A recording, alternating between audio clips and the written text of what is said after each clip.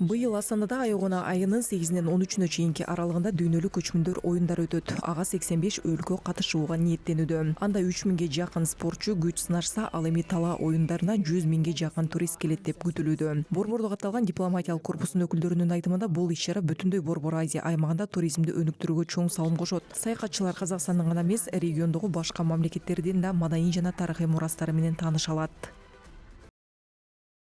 Мы показываем всему миру наши Биз маданий баалуулуктарыбызды, каада салттарыбызды жана улуттук спорт түрлөрүн дүйнө элине көрсөтөбүз. Учурда Өзбекстандын өкүлдөрү да иш-чарага катышуу үчүн иштеп жатабыз. Бул оюндарга бизден карабайыр күлүктөр катышат. Мындан тышкары акалтеке жылкы пародасы болот. Ошондой эле бул иш-чарага Түркмөнстандын жана албетте Казакстандын, Кыргызстандын өкүлдөрү катышат. Они будут примут участие в этих мероприятиях. Там также будут участвовать, насколько я знаю, и ахалтекинцы, с Туркмении будут представители, ну, естественно, Казахстана будут, Кыргызстана будут. Эл аралык мелдеште спорттун 21 түрү болот. Дүйнөнүн булуң бурчунан келген спортчулар 97 комплект медаль үчүн ат салышат. Дипломаттардын айтымында масштабтуу иш-чара жалпы аймактын экономикасынын өсүшүнө жаңы дем берет.